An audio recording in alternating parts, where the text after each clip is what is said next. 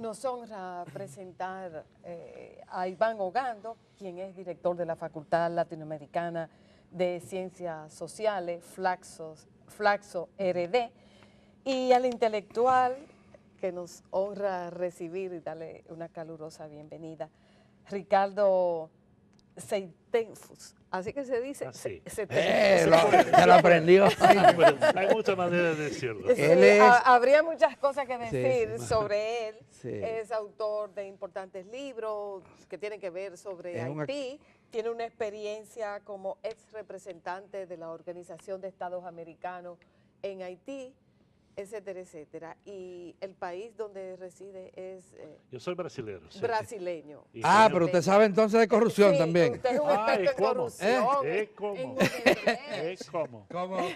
Porque estamos hablando ahora sobre ese flagelo, ¿verdad? Que tiene acosada a la sociedad dominicana, diríamos casi a la sociedad del Sí, mundo pero entero. vamos a empezar con Iván Ogando para que nos explique en todo lo que están inmersos, la puesta en circulación de dos importantes obras. Sí.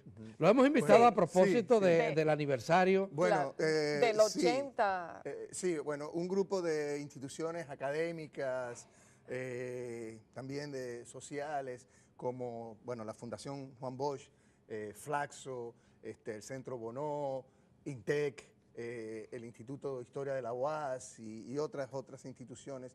Hemos venido preparando un programa con una serie de actividades para la conmemoración de los 80 años de un hecho atroz en la historia dominicana, como fue la matanza de 1937, o la llamada limpieza, que se dice de manera eufemística. Entonces, en este marco, en este programa, ha habido varias actividades que se han ido desarrollando, una muestra de cine, coloquios, actividades en la frontera, como Fronteras de Luz a inicios de este mes, y también tenemos un seminario con intelectuales, académicos, investigadores nacionales e internacionales, que hemos llamado 80 años de la masacre, reconstruyendo la memoria histórica.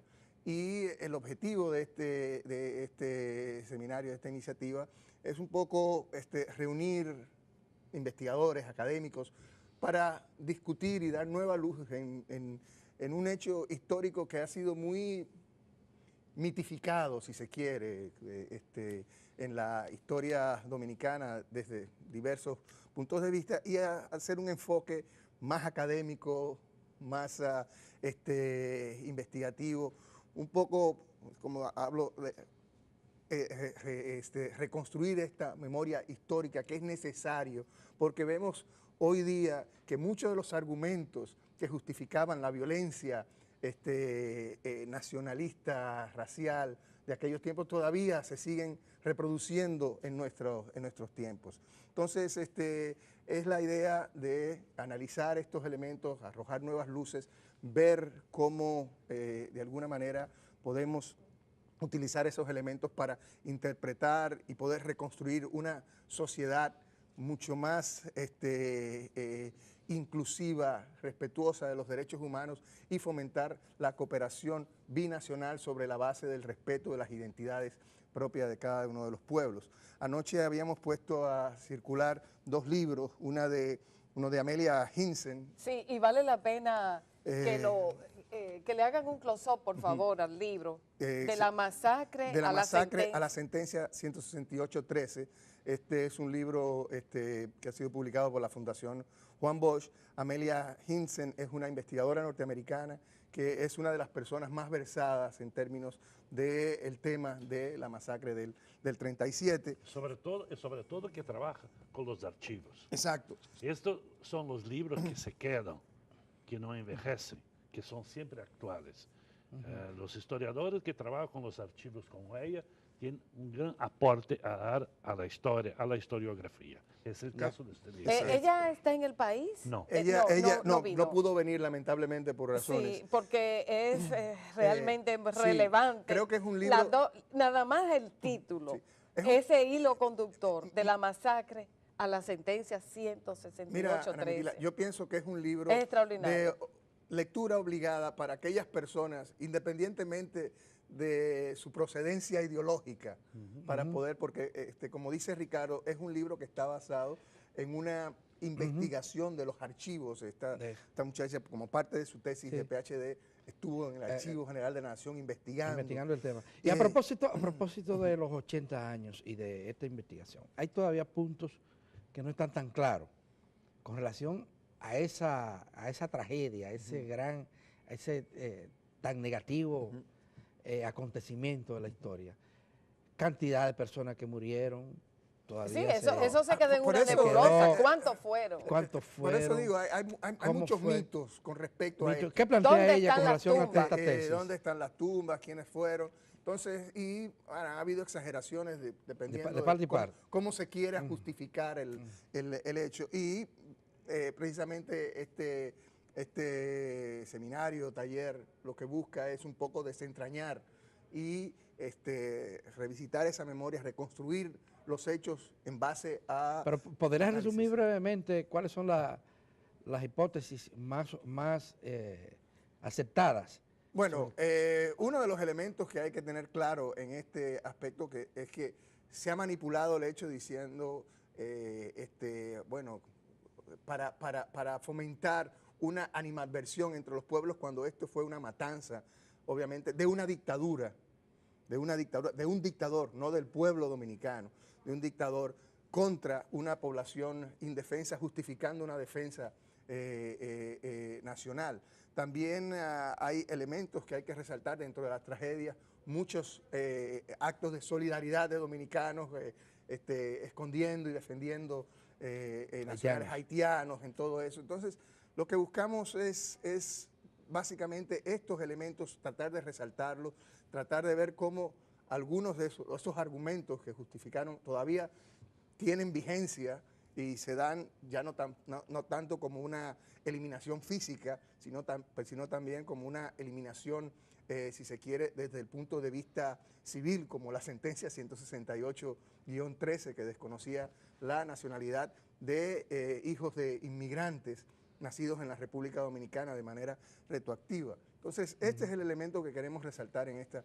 Y no es como algunos articulistas he leído en periódicos han querido resaltar como sacar cizaña y revisitar para volver a despertar odios, ni mucho menos. Hay investigadores, historiadores haitianos que nos van a acompañar en esto también.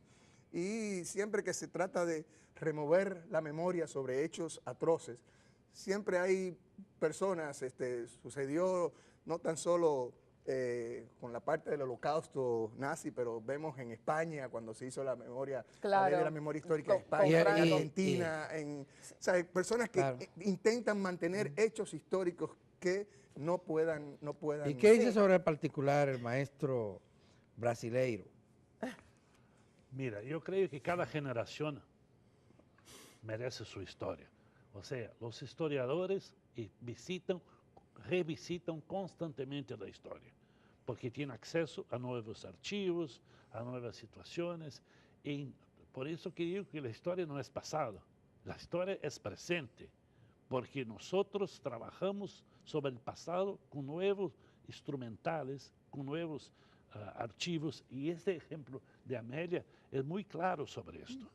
Hay esta publicación también que creo que vamos a hablar para comprender Haití de Juan Bosch, también da una luz muy interesante como un intelectual dominicano, gran escritor, gran artista de la palabra, pero también político, un humanista, tiene un interés particular que va desde el inicio de la colonización en el Caribe hasta los años 80, donde la luz para él es Haití y la revolución haitiana, porque él no considera ni los dominicanos ni los haitianos, él considera la humanidad, es antes de todo un humanista.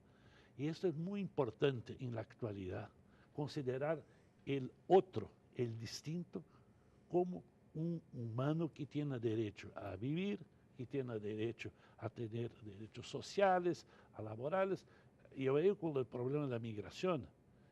El problema de la migración, mi país que está tan lejos de Haití, hoy en los últimos 2 años recibió más de 80.000 haitianos, que hacen una peripecia, incluso de dominicanos, que hacen una peripecia increíble para llegar ahí.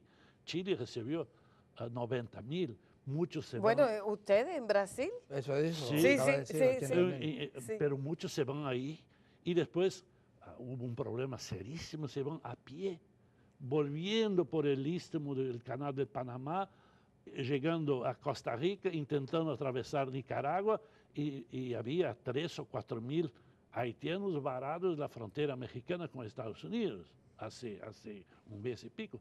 Entonces, la migración es una manifestación natural del hombre. El hombre busca para sí, para su familia, mejores condiciones de vida. Esto es normal. Mira lo que pasa en el Mediterráneo. El Mediterráneo se transformó en un cementerio, un mar de muertos. Como nuestro canal de la Mona, con los También. dominicanos y haitianos Yendo a Puerto emigrando hacia Puerto Rico. Sí. Aunque ahora sea después del huracán, aunque es lo contrario, los puertorriqueños están saliendo. La visión de fuera sobre este conflicto histórico entre dominicanos y haitianos, sobre todo entre las élites de ambos países, ¿cómo es mirada? ¿Qué reflexiones tiene? Bueno, usted con esa experiencia y el libro que ha publicado. Y con los años que vivió en Haití. Sí, que los años duros, ¿no? Los años ¿Usted vivió en qué tiempo fue? de 2009 a 2011. Ok. Yo Sí. pasé por el huracán, Sí. pero el terremoto, por huracanes, por el cólera, Sí. que es un otro tema muy Ahí hay doloroso. tres acontecimientos. Y Y las con- elecciones, donde Naciones Unidas intentó sacar el presidente Preval del país. O sea, hay cosas que yo escribo, hay cosas no dichas, hay cosas terribles, pero lo que más me marcó durante este periodo fue la intención, al contrario que dice acá muchas voces, la intención de la comunidad internacional de dejar afuera República Dominicana y Cuba de los temas importantes de Haití.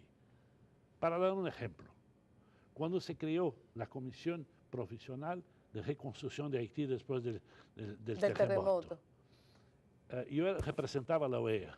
Cuando miré, había representantes de Brasil, de Unión Europea, de Estados Unidos, de España, pero yo no vi representantes de República Dominicana y tampoco de Cuba. Y Cuba está en Haití desde 98 con unos programas médicos y tenía informaciones muy precisas, muy objetivas sobre la progresión del cólera. Sin las informaciones del médico cubano no se sabía lo que estaba pasando.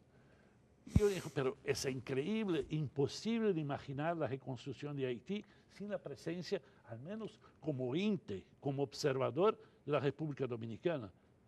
Yo propuse, yo como representante de la OEA, sin consultar a mi jefe en Washington, que República Dominicana y Cuba fueron invitados como observador. Y casi se votó, pero después Clinton se dijo, está bien, va a pasar. Y había representación de República Dominicana y Cuba en la Comisión de Reconstrucción de Haití. Esto quiero decir que a la comunidad internacional que interesa, yo que llamo el tridente imperial, Francia, Estados Unidos y Canadá, ahora asesorada por algunos países sudamericanos, no interesa la participación de Dominicana.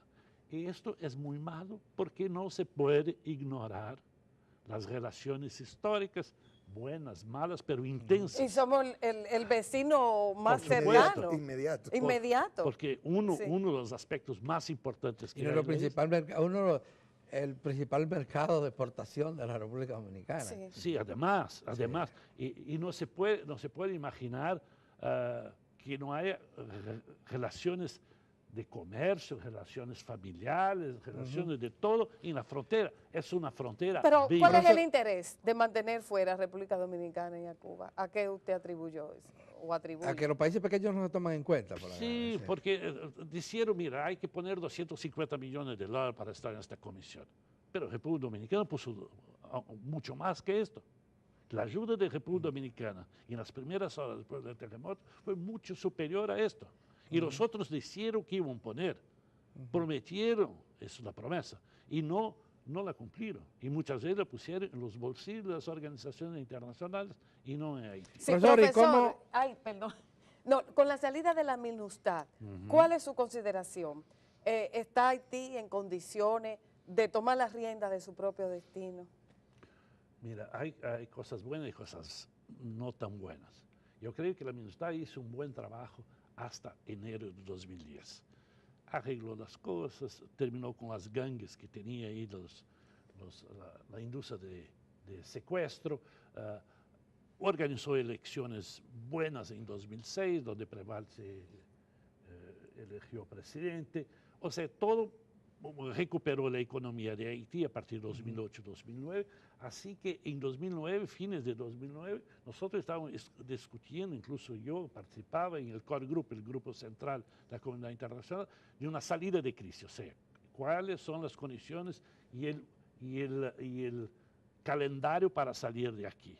Cuando pasó el terremoto. El terremoto cambió todo porque nadie, por supuesto, no lo esperaba, pero nadie estaba preparado para eso. Nadie. Ni, por supuesto, los haitianos, pero tampoco la comunidad internacional. La MINUSTAH no fue hecha para esto. Y ahí se imaginó que habría en Haití problemas serios de seguridad y se ha traído más 20.000 marinos. Y no es esto. Los haitianos no se rebelaron, no se revoltaron, no hicieron ningún saqueo. Estaban simplemente queriendo ayuda, ¿no?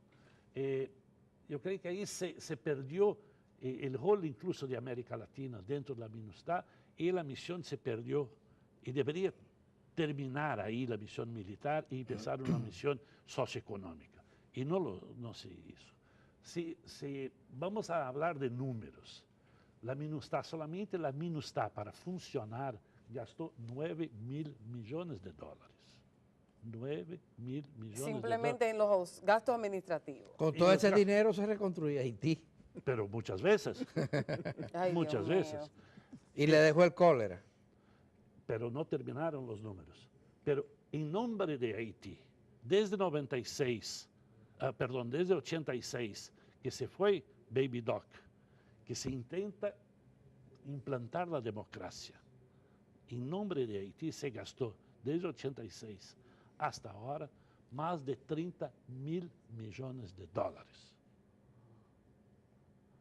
Resultado, los números, por veces los economistas utilizan un número para mentir, pero los números no mienten. La situación económica de Haití hoy es peor que la de 2004.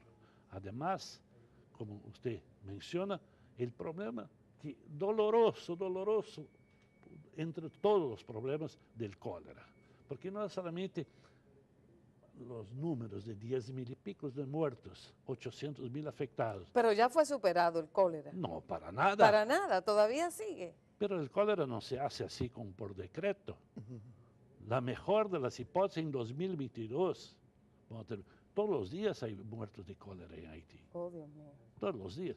Y entre los muertos son los pobres entre los pobres, porque empezó, usted conoce un poco la geografía, sobre todo económica de Haití, en el valle de Artibonite, en la región central de Haití.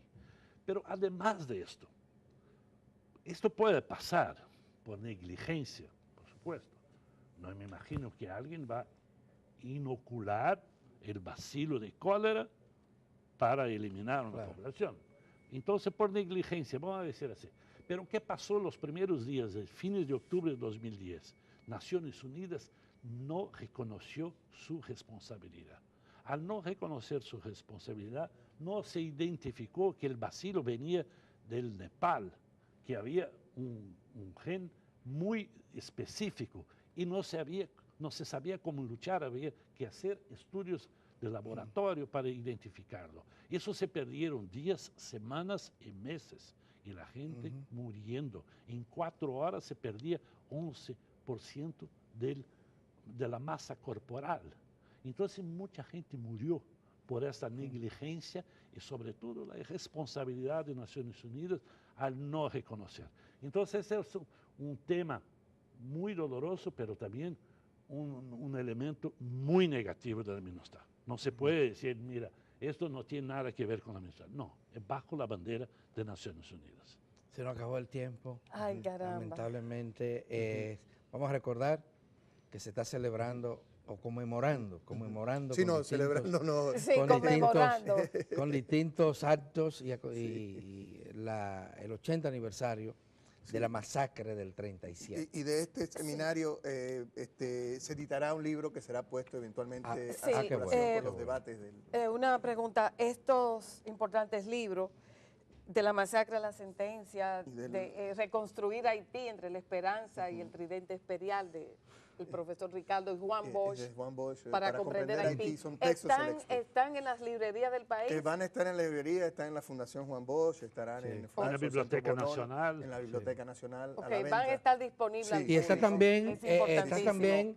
el libro del profesor Ricardo de reconstruir Haití entre la esperanza y el tridente imperial. El tridente imperial ya lo explicó Sí. a qué se está refiriendo. Y estamos hablando de una persona muy autorizada a hablar sobre estos temas, no solamente porque estuvo viviendo en Haití, sino porque es un intelectual, Un académico. un sí. académico que conoce muy bien. lo que Este allí se pasa. puede, está en internet también en el site de Claxo. Sí, eso se puede sí, bajar se puede bajar. gratuitamente. Qué ok. bueno. Entra en Claxo, en el sitio de Claxo, se puede Se bajar. puede bajar. Sí, Muy bien. sí, Bueno, bueno, nos muchísimas resta gracias. también felicitar a las instituciones que han hecho posible que tengamos en estos días Sí. ese importantísimo seminario, esa reunión de académicos. Muchas Así gracias. que muchísimas gracias, Flaxo, Gracias a el ustedes. TEC, la A UAS, usted. etcétera, etcétera, el Bono. Al Bono y a la Sí. Fundación Juan Bosch. Y la Fundación Juan Bosch. Sí, sí, Caramba, claro. y saludos Pues, a Matías. Gracias por el espacio. Muchas gracias. Un honor recibirlos. Gracias. Ay, ay, ay. Qué